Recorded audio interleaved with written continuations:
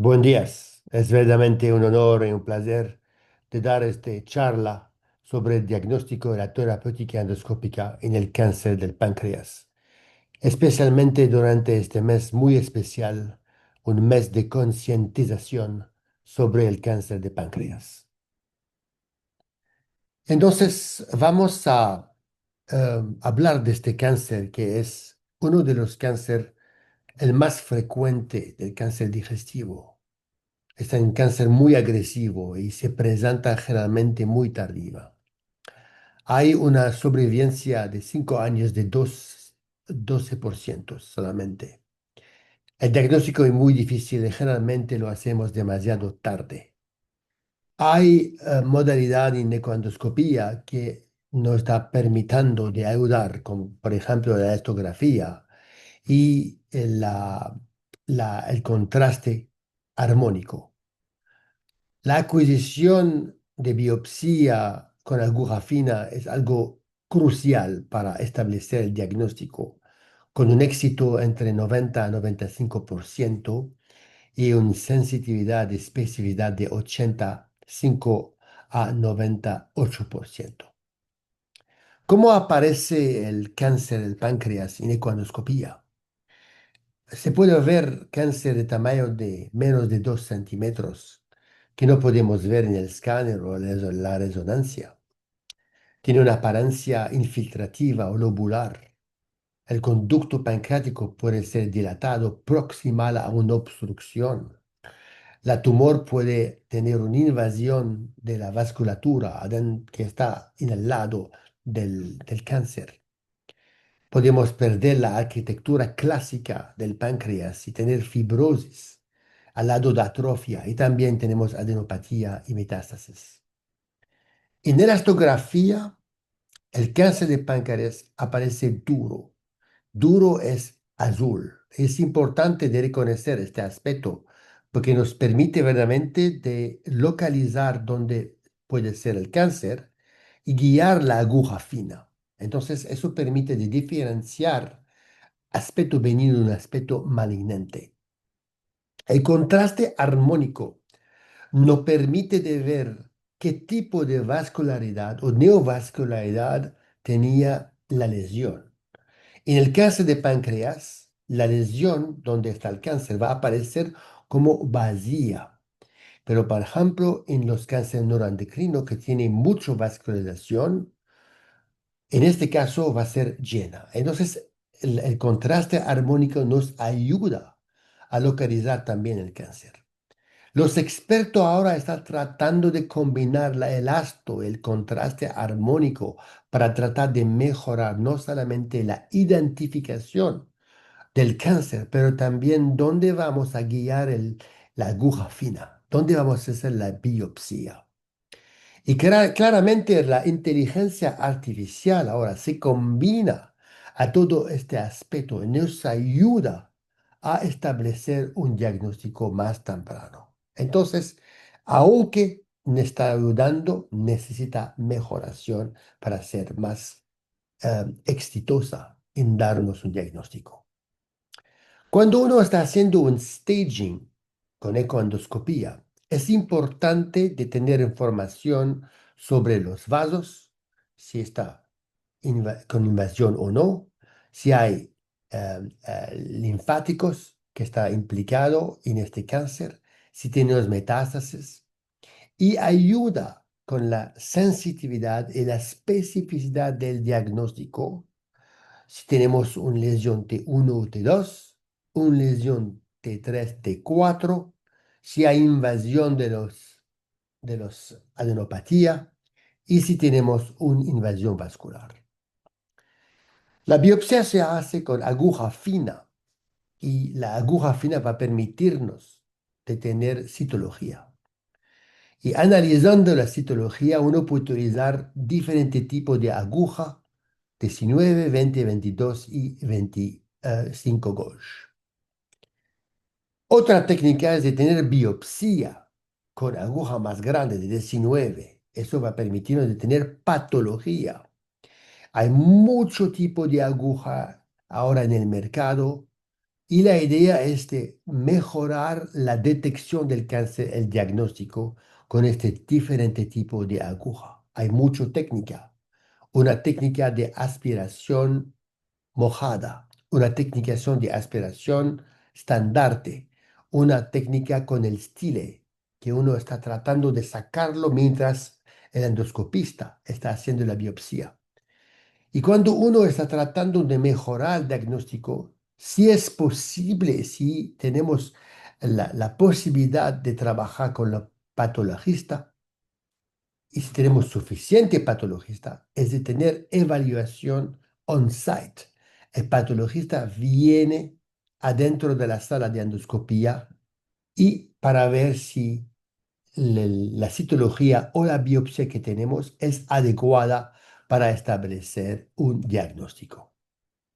Lo es claro es que la aguja fina con biopsia o con citología nos da una capacidad de diagnóstico muy importante.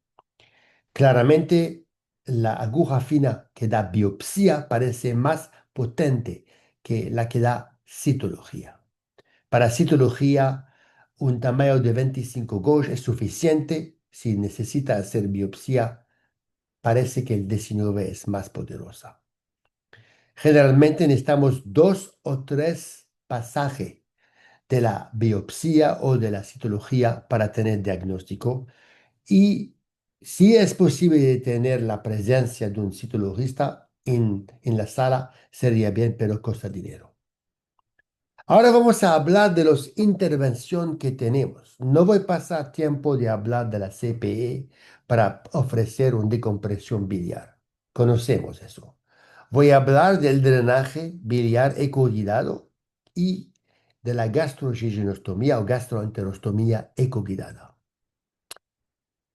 En muchos casos, la obstrucción biliar no podemos tratarla, no podemos resolverla utilizando un drenaje convencional.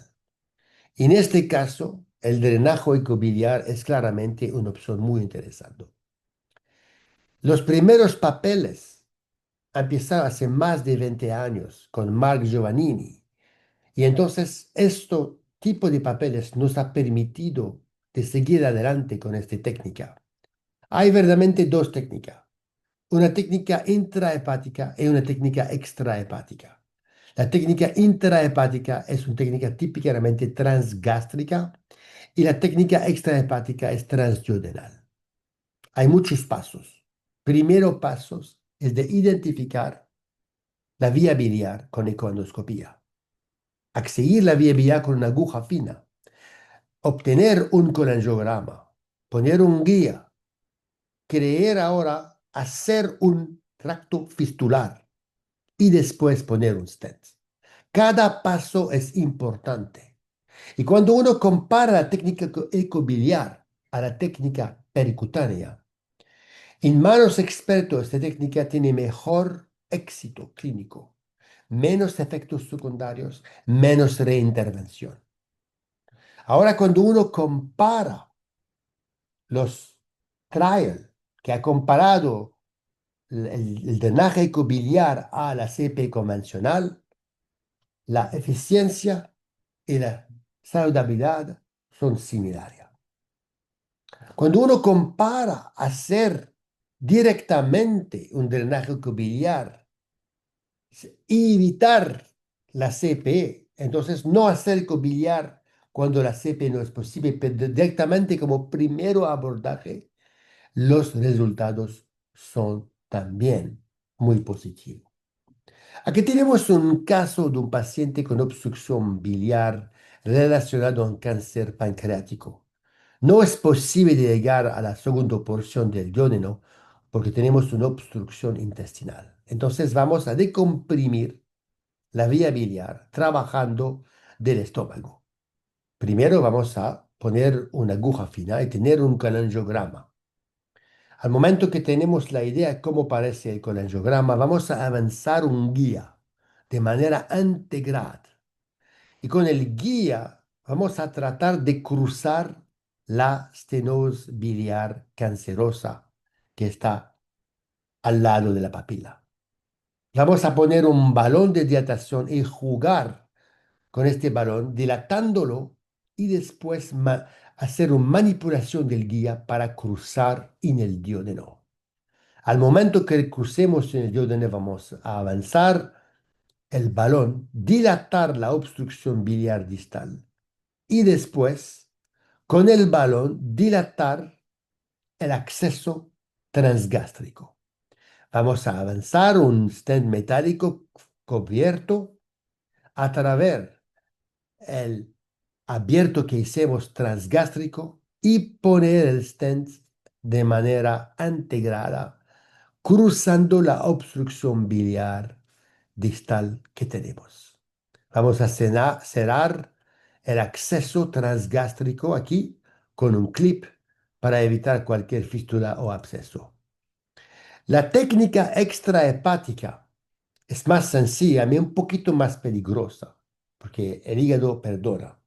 Aquí tenemos una aguja fina y vamos a inyectar el conducto biliar, poner un guía y sobre el guía avanzar un axios de 10 milímetros con cautery, con cauterización. Entonces vamos a abrir la primera oreja del axios adentro de la vía biliar y vamos a abrir la segunda oreja en el endoscopio y cuando las dos orejas están abiertas, vamos a asegurar que la segunda oreja está afuera del endoscopio y a partir de este momento tenemos un cólidoco duodenostomía.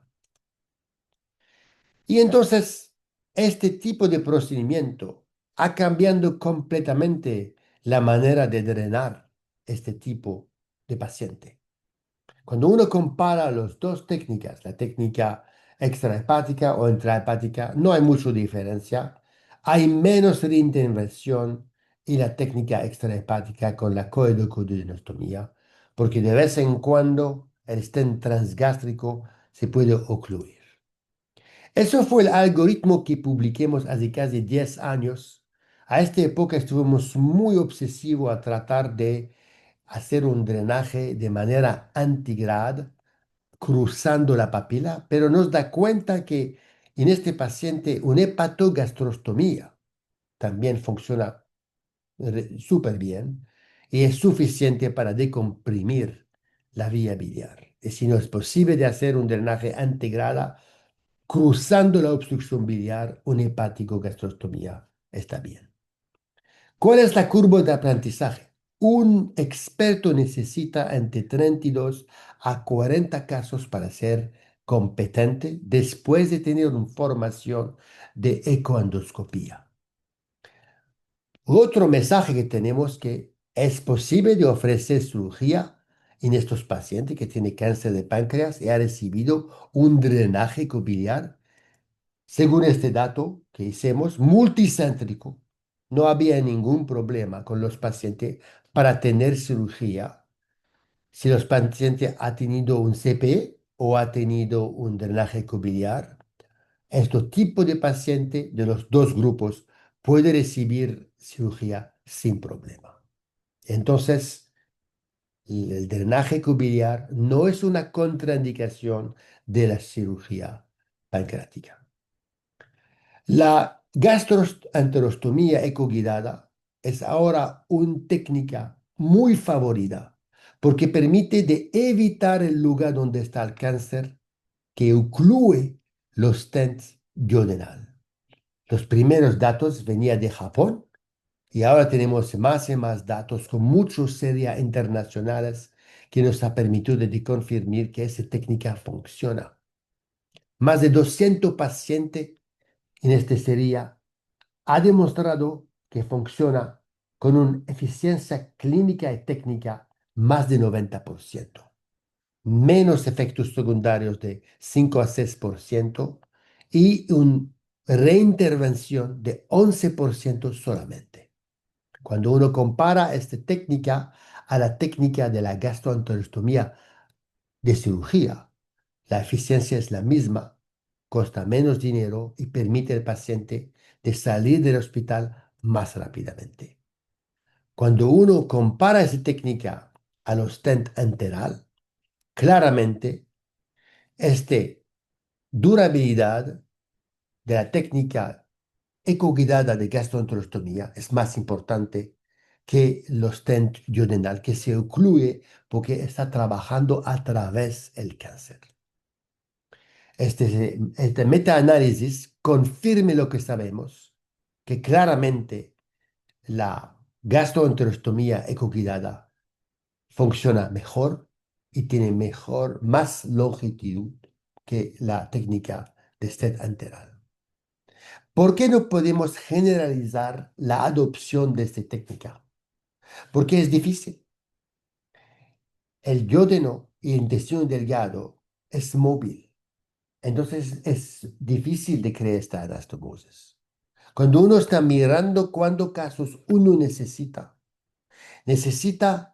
si uno está pensando en un médico que tiene conocimiento general de la econdoscopía, necesita 40 casos para ser confortable. Si el médico tiene conocimiento en todos los procedimientos ecoguiado terapéutico, necesita 7. Hay muchas técnicas. La técnica la más favorita es una técnica que se hace mano libre, sin guía, o una técnica con guía. El problema es que cuando uno utiliza un guía, el intestino delgado se puede escapar. Entonces, un estudio aquí de Hopkins trataba de ver si había diferencia entre las dos técnicas, mano libre, sin guía, o con un guía. Y los datos han demostrado que la técnica mano libre sin guía parece más saludable y más eficiente. Todavía hay muchas preguntas. Mejor hacer una gastroenterostomía de 20 milímetros o de 15 milímetros de diámetro. Nosotros preferimos 20 milímetros. Tenemos que dilatar o no dilatar después de poner el stent. Muchas preguntas. Aquí tenemos la técnica que vamos a ilustrar con este video.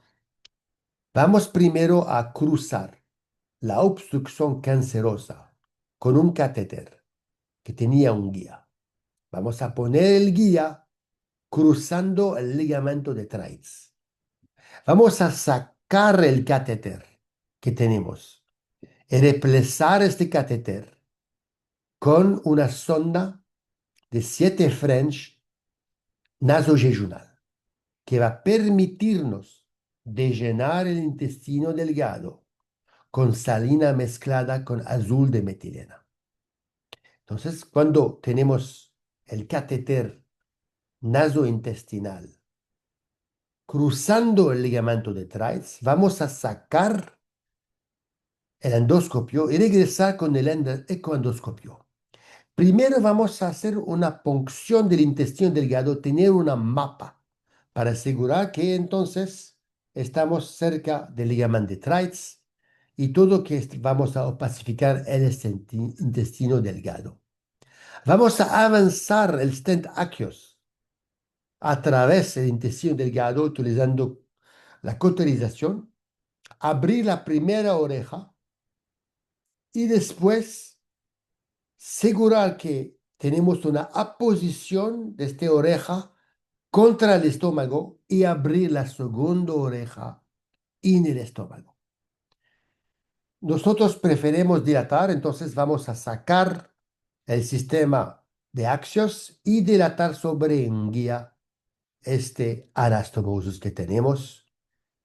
Generalmente ponemos un doble pictel para reducir la fricción entre el stent metálico y el intestino delgado. Hay muchos tipos de complicaciones, tipo 1, 2, 3 y 4, dependiente de la posición del axios relacionado al intestino delgado. Y malos expertos, uno generalmente puede rectificar estos problemas de manera endoscópica. Es rarísimo que necesita mandar al paciente a la cirugía. En conclusión, el drenaje ecobiliar es un procedimiento muy eficiente y saludable cuando la CP no es posible en pacientes con cáncer de páncreas y no es una contraindicación para cirugía si el paciente es resectable. La gastroenterostomía ecoguiada ahora es la técnica favorita para dar paliación de la obstrucción duodenal cancerosa. Y si tenemos un experto que puede ofrecerla, es mejor que el stent intestinal. Los efectos secundarios de este procedimiento en manos expertos son mínimos. Las preguntas, la más importante, es la durabilidad de este tipo de técnica con los pacientes que están viviendo más y más tiempo con la quimioterapia y radioterapia que tenemos. Entonces, el follow-up es crucial. Muchas gracias para su atención. Y verdaderamente fue un honor para mí de dar esta charla. Y si usted tiene preguntas, por favor, eh, dame la oportunidad de darle respuesta después los casos en vivos. Nos hablamos muy tarde. Hasta luego.